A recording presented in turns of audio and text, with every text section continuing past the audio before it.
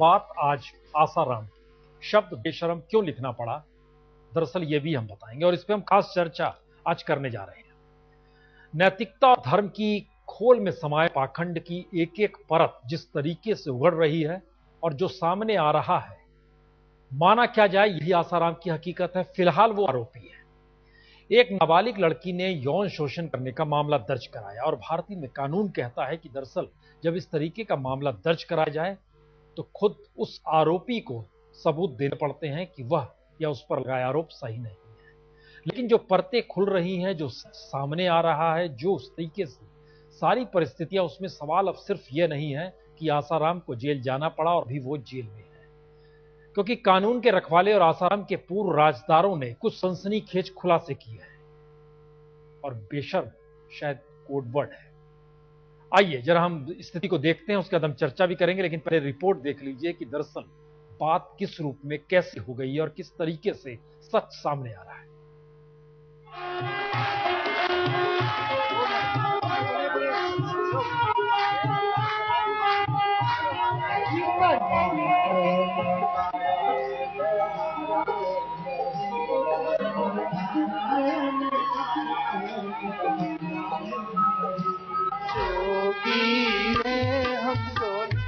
तेरे प्यार में जोगी हम तो लुट गए तेरे प्यार में। हरे राम राम राम हरे। अपने भक्तों के भगवान है। कृष्ण कृष्ण हरे हरे राम। अंधविश्वास की अंधी गलियों से गुजरकर न जाने कितने लोग अपनी किस्मत संवारने का भरोसा लेकर यहाँ आते हैं। बाबा का प्रवचन सुना, लेकिन भक्तों को क्या पता होगा जुबान पर राम राम का जाप करते वक्त आसाराम की आंखें क्या ढूंढती थी, उनके मन में कौन सी हलचल मची होती थी और कैसे उनका दिल उनकी जुबान का साथ नहीं देता था। बापू, I love you। क्या हिंदी में बोलो। और मम्मी बापू को बहुत प्यार करती है। हाँ। और बापू तुम्हारा क्या लगता है? बापू मेरा पापा है। आसाराम हमेशा लड़कियों से, महिलाओं से, हमेशा इनके अलग अलग कोड नंबर थे। बेटे के अलग थे, इनके अलग थे। एक कोड हो तो मैं आपको बताऊंगा, तो हजारों कोड है।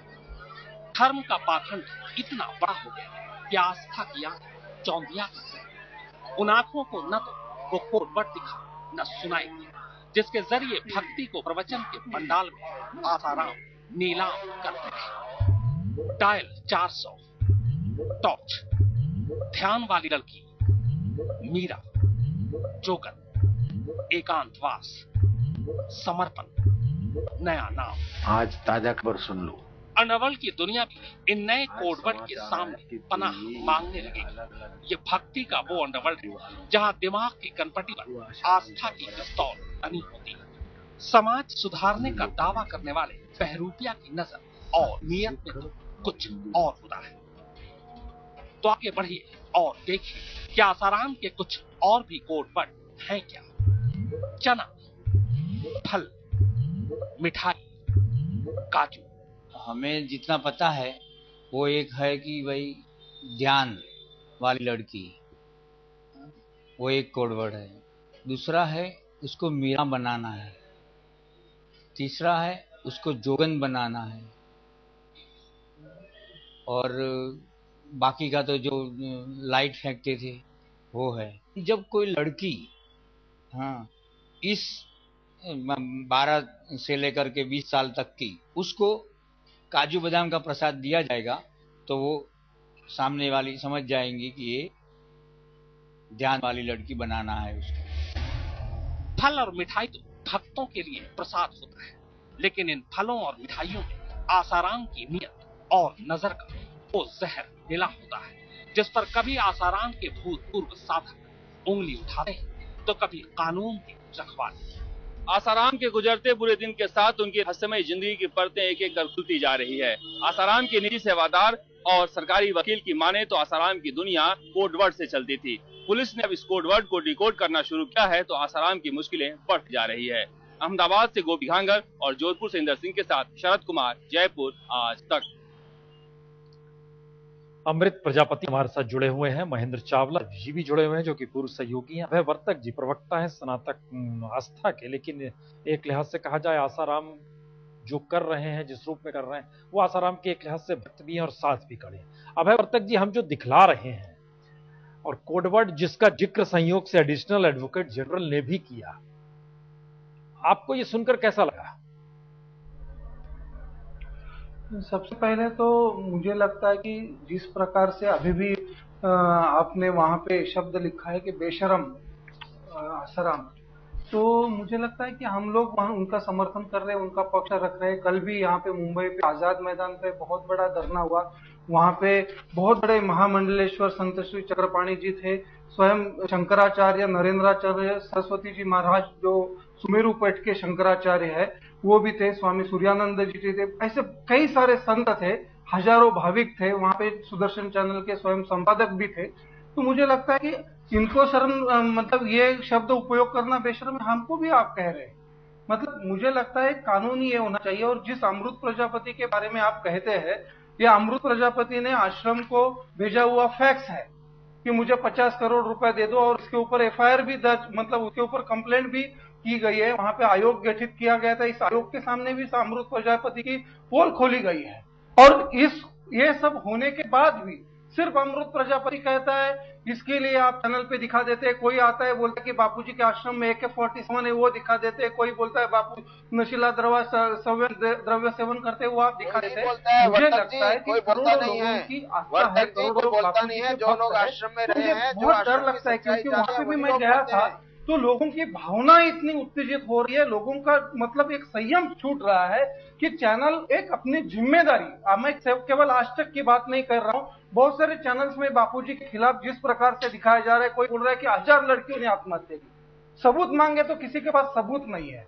और ये अमृत प्रजापति का वीडियो वहां पे है, इसको आश्रम से निकाला गया था और इसके बारे में आश्रम का कहना है। मुझे लगता है यहाँ पे मैं हाथ जोड़ के आज तक वो विनती करता हूं कि करोड़ों लोगों की भावना के बारे में थोड़ा सा सोचिए कि लोगों की भावना बहुत है। और बापूजी का इस प्रकार से अगर बदनामी होती है जिसमें कुछ, मैं अभय वर्तक जी से प्रार्थना करता हूं वो वीडियो अभी प्रकाशित किया जाए, की जा रही है, तो मैं हाथ जोड़ के अभय वर्तक जी से प्रार्थना करता हूं वो वीडियो पब्लिश किया जाए। वर्तक जी, आप उन लोगों की जिंदगी के बारे में क्या कहेंगे जिनकी जिंदगी आसाराम ने बिगाड़ दी, जिनका करियर नारायण साईं ने बिगाड़ दिया? आप कौन सी भावनाओं की बात करते हैं? अरे हमारी भावनाएं आपसे प्रबल थी, हम अपना माँ बाप भाई बहन बिजनेस करियर सब कुछ छोड़ छाड़ के आसाराम के पास गए थे। आप किन भावनाओं की बात करते हैं? और किस मुंह से आप आसाराम प्रवक्ता बन के आए हैं? आप कौन सी भावनाओं की बात करते हैं? आपको हमारे जीवन की कदर नहीं है, आपको उन लड़कियों की कदर नहीं है। और आश्चर्य की बात तो ये है, बड़े दुख की बात है कि उस 16 साल की बच्ची के साथ इतना दुष्कर्म हो गया और आप वर्तक बने फिरते हो, आप आसाराम के प्रवक्ता बने फिरते हो, आप एक संस्था को लेके घूम रहे हो। आपको उस लड़की शर्म आनी चाहिए आपको, कोई कदर नहीं है।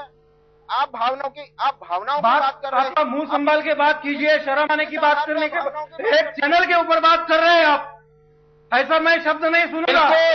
मेरे आज के संपादक को भी आपको पाखंडी के बारे में सुनाने से पहले उसके निजी जीवन को देखो। नहीं गया है, तार्किक चर्चा रखी है। आप आसाराम के निजी जीवन को देखिए, आपने आसाराम का निजी जीवन नहीं देखा। अरे वहाँ पे जाके आश्रम में जाके हमने देखा था, वहाँ पे महिलाओं से बात की थी, वहाँ पे महिला रोई, हम 17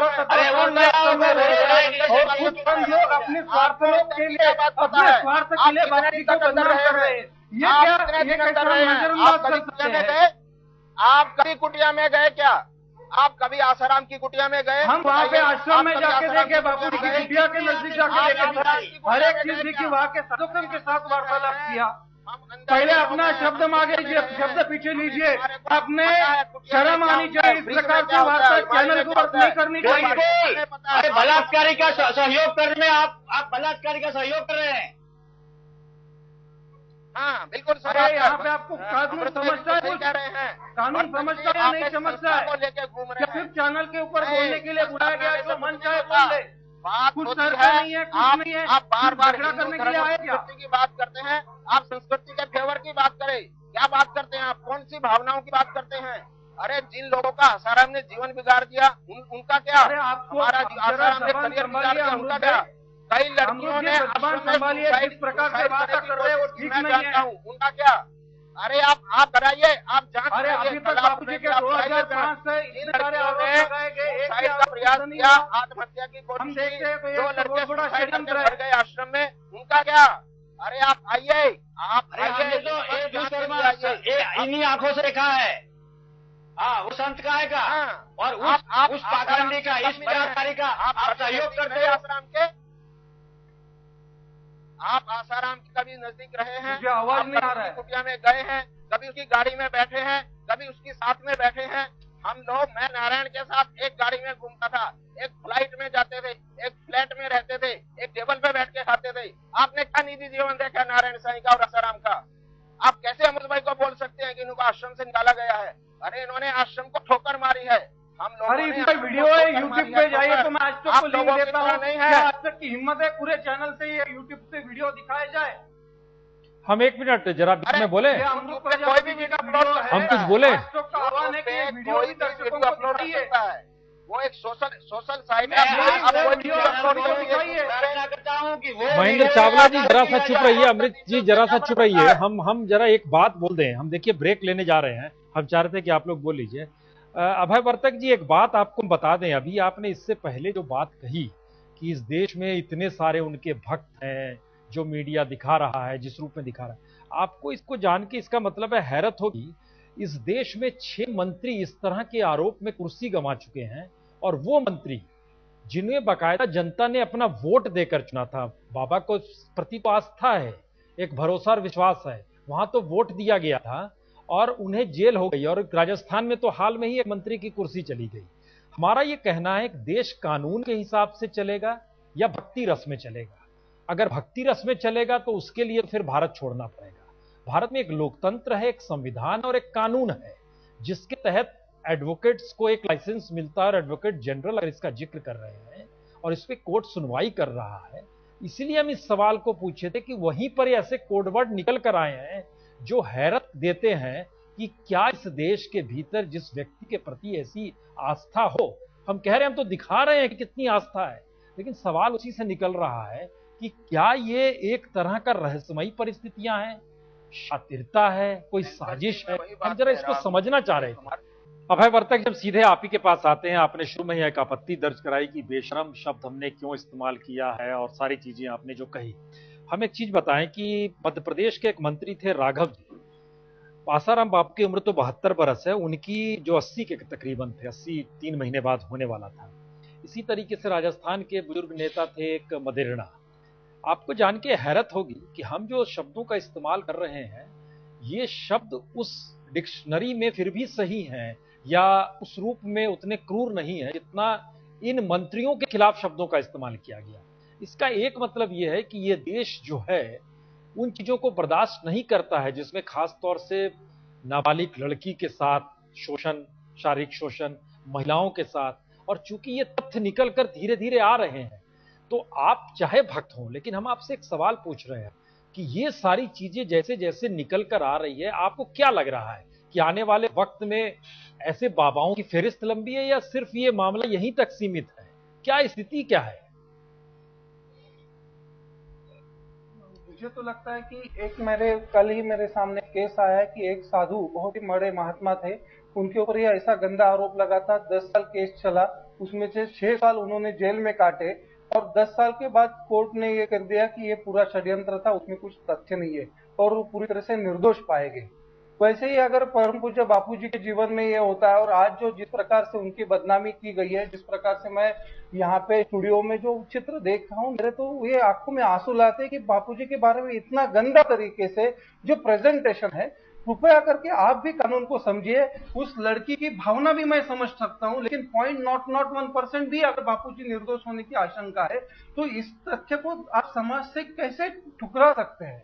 मैं मीडिया ट्रायल के बारे में मैंने एक मिनट में बात बताइए, एक बात बताइए अभय वर्तक जी। नहीं अभय वर्तक जी, आपका विवाह हो गया है? दोनों लोगों के साथ तो मैं बात नहीं कर सकता। अभय वर्तक जी, आपका विवाह हो गया है? इसके लिए यहाँ पे बात कर रहा हूँ। अभय वर्तक जी, आपका विवाह हो गया है?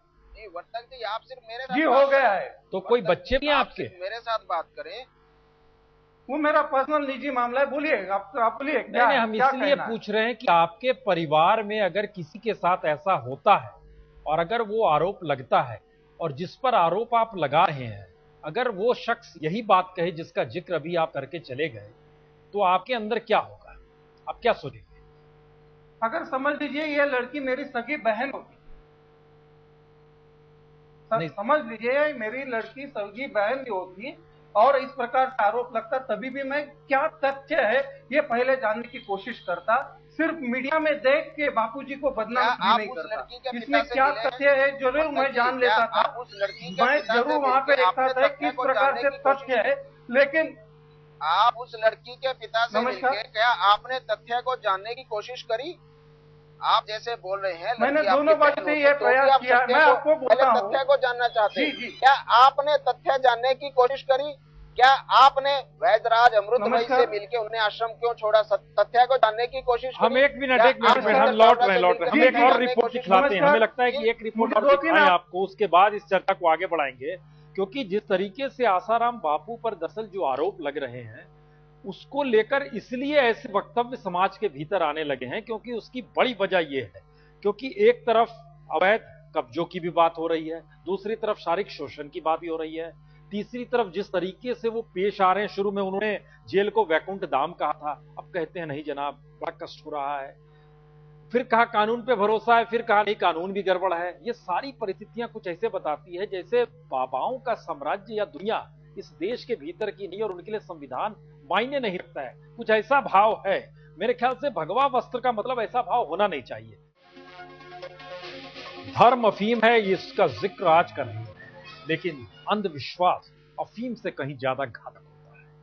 शायद इसलिए यह सवाल इस दौर में निकल कर आया है क्योंकि आस्था का नकाब पहने ओढ़े ढोंग की महफिल अगर चलती रही और परवान चढ़ती चली गई, और अब जब सामने बहुत सारी चीजें आ रही हैं जिसे हजारों लाखों लोग अपना भगवान मानते हैं, वो कैसे उनके भरोसे से दुराचार करने को बेताब रहता था। आसाराम की दुनिया का वही सच कोड वर्ड के रास्ते से निकल कर आ रहा है। एक रिपोर्ट पहले देखिए, फिर चर्चा करेंगे।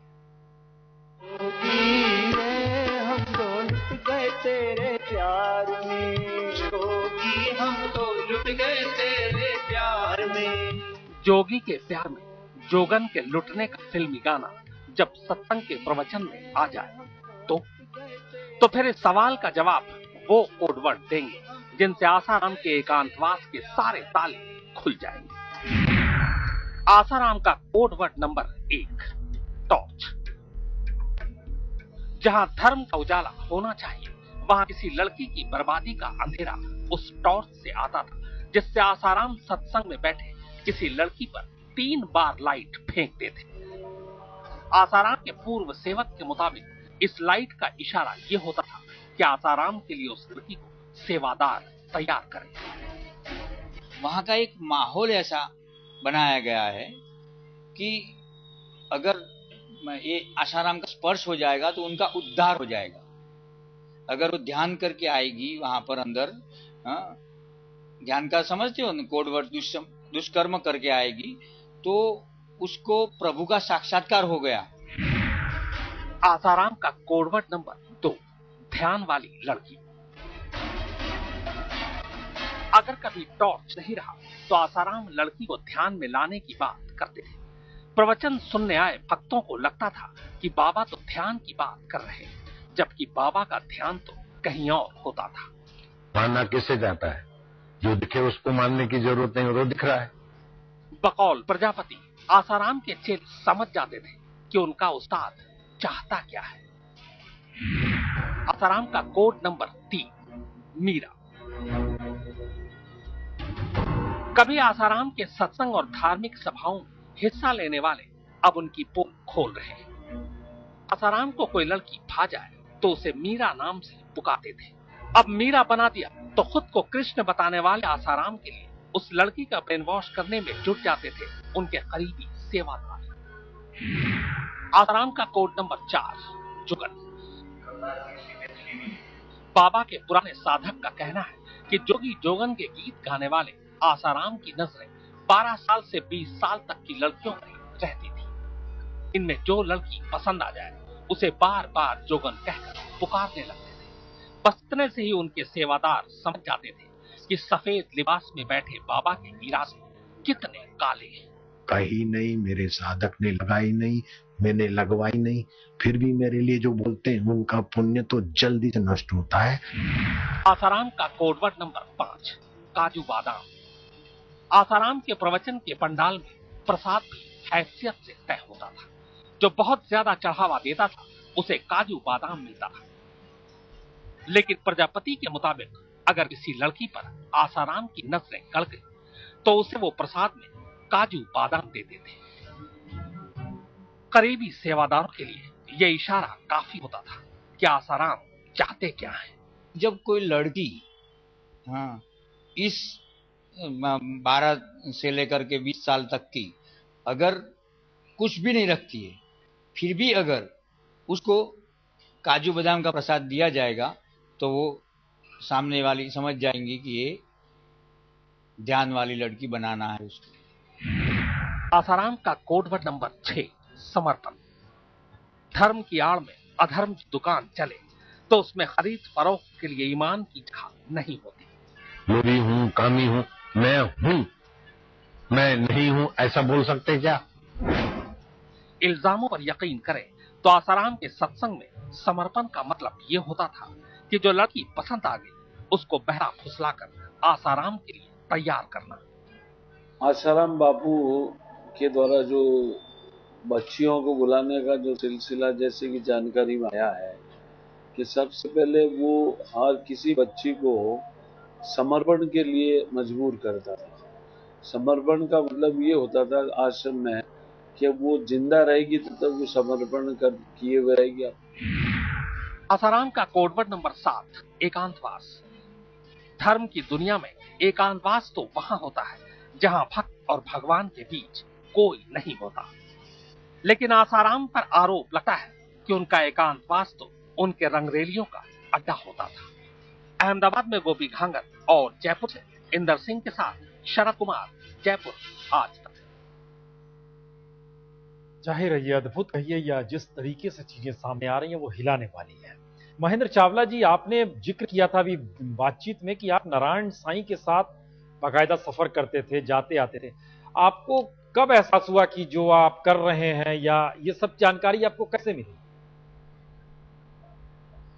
ये जानकारी हमें 2005 में हमें जानकारी हो गई थी, लगभग जनवरी में 2005 के शुरुआत में हमें जानकारी हो गई थी और लगभग अगस्त में हमने आश्रम छोड़ दिया था, क्योंकि एकदम आश्रम नहीं छोड़ सकते थे। फरवरी में मुझे जान से मारने की धमकियां दी थी नारायण ने और मेरे से 5 कोरे कागज भी साइन कराए थे नारायण ने और मुझे धमकी दी थी अगर तूने बाहर जाके हमारे खिलाफ एक शब्द भी बोला तो हम तेरी हत्या कर देंगे और ये 5 कोरे कागज जो है तेरा सुसाइड नोट के रूप में प्रयोग कर सकते हैं।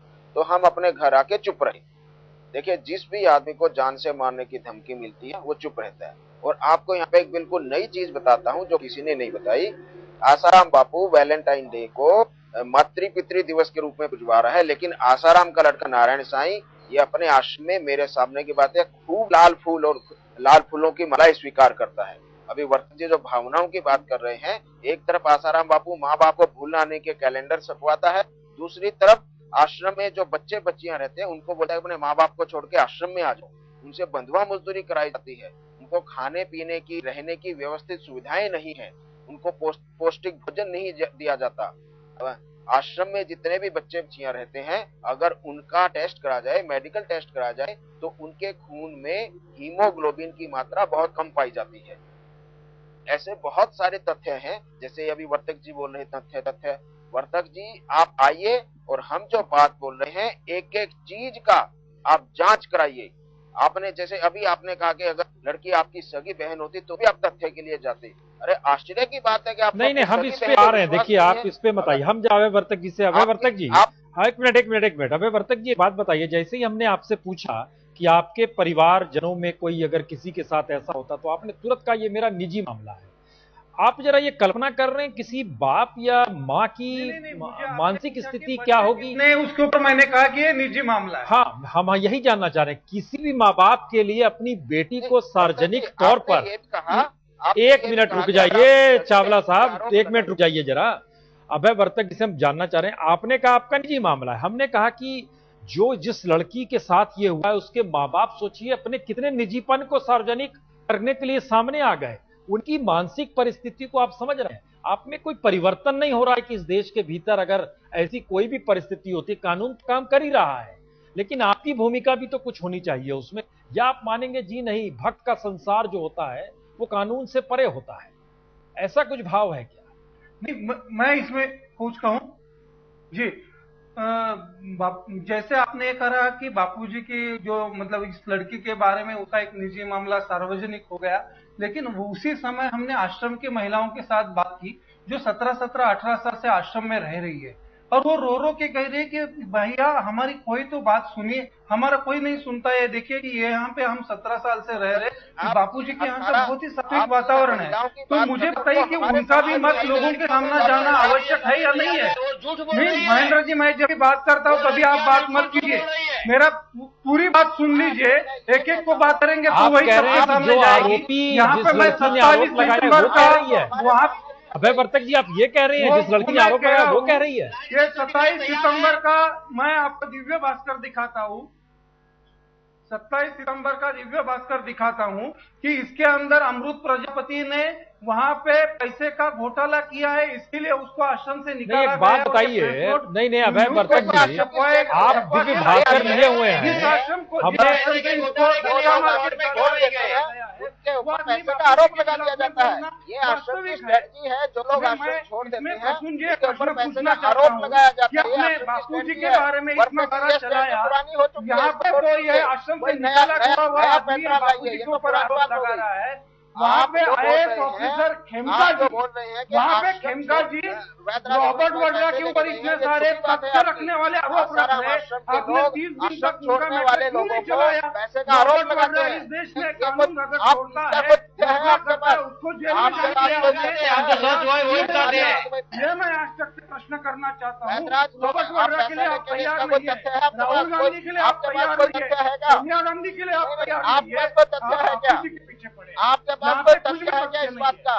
कोई सबूत है क्या? कोई प्रमाण है? चलिए अभय वर्तक जी बहस यहाँ पर रोक रहे हैं। अच्छा है आपने अमेरिकी राष्ट्रपति का नाम नहीं लिया, क्योंकि एक बार तो उन पर भी आरोप लगा था। मन ये एक अजीबोगरीब परिस्थितियां आ गई हैं जिसमें सवाल खाली यही है कि इस देश में भक्ति और अंधविश्वास के बीच की लकीर जो है इतनी महीन बना दी गई है कि उसके भीतर आप कोई भी अगर अपराध करते हैं वो कानून के दायरे में आते ही झटके में कुछ नए सवालों के साथ भक्ति रस में लोग सामने आ जाते हैं। अभय वर्तक जी हम चर्चा रोक रहे हैं, मयंक चावला जी और साथ ही अमृत प्रजापति जी हम चर्चा यहां पर रोक रहे हैं।